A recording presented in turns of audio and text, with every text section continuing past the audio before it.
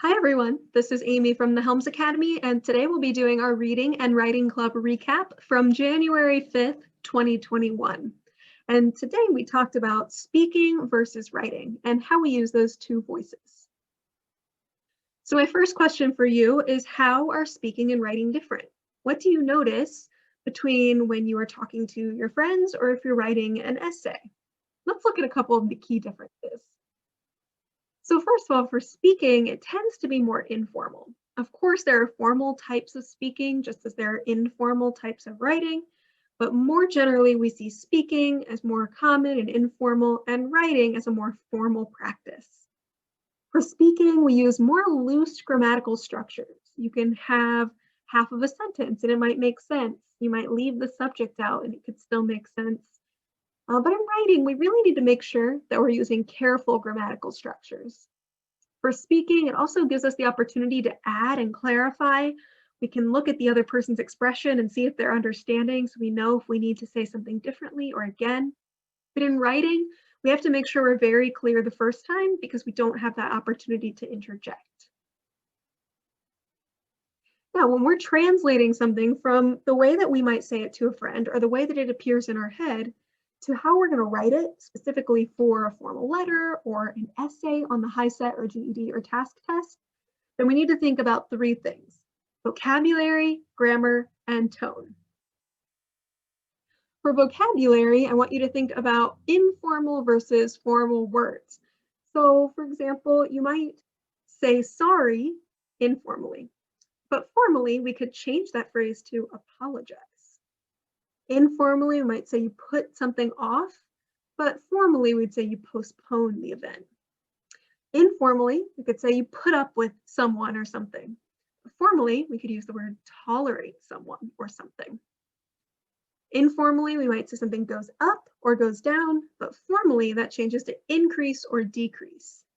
And informally, we could say you have to do it, but formally, you must do it.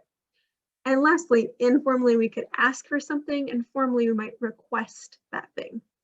So these are just a few small changes that we can take some more colloquial, common terms, these informal terms, and turn them into something more formal. Here's a list of some words to avoid in writing. These are phrases or words that we often use in our own speaking, but they are not necessary when we're formally writing something down.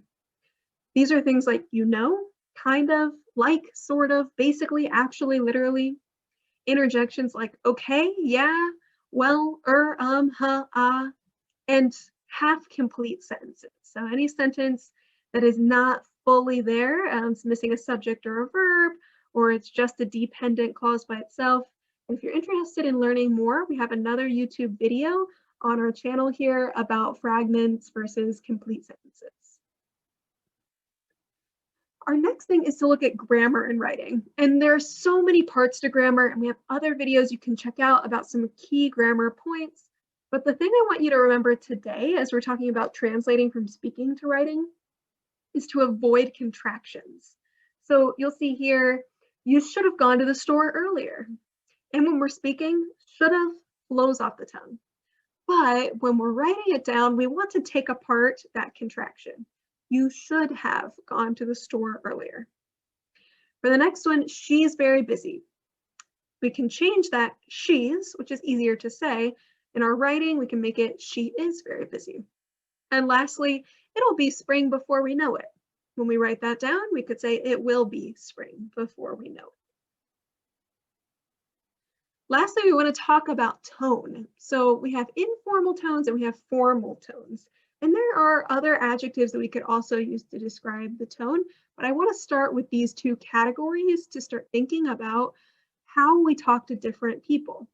So if you look at the informal, it starts with hey girl, and formal starts with dear sir. So we can automatically feel hey girl might be something you say to a friend or someone you know, and formally we would not want to include that with a job application, or if you're writing a formal letter for school or another event. We would use something like dear sir, or to whom it may concern, or dear madam. Any of those would be appropriate. Now, if we look down at the next line, it says, thanks for dropping off the cookies. but you may notice that thanks isn't even properly spelled. And this is an interesting way to kind of get started on the letter. More formally, you might say, I'm writing to thank you for the cookie delivery. Perfect. It introduces your purpose and it expresses things. The next line says, how'd you know I love chocolate? Now you'll see a contraction there, how'd, which should be how did. And then I is not capitalized, and there's two punctuation marks there, two question marks. So I encourage you to make sure those things are all changed if you're using a statement like this. But generally, we're not going to ask questions that are rhetorical if we're writing a formal letter. Instead, we would just say it as a statement to express what we mean. I especially loved the chocolate cookies. Over on the other side, informally, we might just say, so good.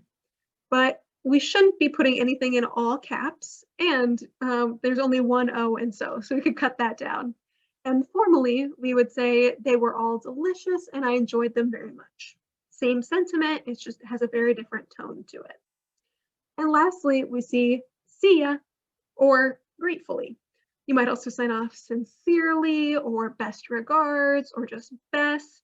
Any of those are fine. You could also write thank you, and then you'd sign your name. So we can see there two very different tones, the feelings that you get from each of these. But when we're writing, we want to err on the side of formal. Now let's look at a few more examples. If we said something that was like I just told you, we might change that formally to say, as I previously mentioned, or as I stated before. So that's one way to think about that conversion of something you might say versus how you're going to write it. How can you translate between your two voices? Here are a couple more examples. If we said, are you getting what I'm saying here? Does this make sense? What I mean is, like we talked about before, when you're speaking, you have the chance to clarify and add information that you don't in writing. So if you do think you need to add information or clarify as you're writing something, you could use a phrase like to clarify or to be clear, or I would like to make it clear that, or please let me know if anything is unclear. Those are all appropriate requests or statements in writing. Our next one says, this guy I knew told me that. Now you might say that in a conversation just informally, but if you're writing, you'd want to be a little bit more clear. So you could say, according to the source, or according to, and put the person's name in there. You could also put the person's name and say, John Smith stated that. Or you could even add some credentials. So you could say, John Smith, PhD in biology, mentions that. And that helps the person not only to know who said this, but gives them a reason to trust what they're saying. Here we say, if I said I also want to add that, instead of that, we could write it as in addition or furthermore or additionally to give it a more formal spin. And lastly, that decision was totally ridiculous and stupid and the whole thing made no sense. Well, that would be a very informal saying. It may be something that you would reserve for someone who you really trust and who's a friend. But if you were trying to write that kind of complaint, you would want to say it a little bit more formally. Something like, I disagree with this decision because, and you'd want to give really strong reasons. You might feel that something is ridiculous and stupid, but when you're writing it formally, you need to give concrete reasons as to why you're disagreeing with what's happening. Thank you so much for joining me today for this Reading and Writing Club recap on using your speaking and writing voice. Good luck on all of your tests, and if you have some more time, don't forget to check out more of the videos on our site. We have new videos each week, so be sure to subscribe. You can also check out the Helms Academy on Facebook and Instagram, and on our website at helmsacademy.org.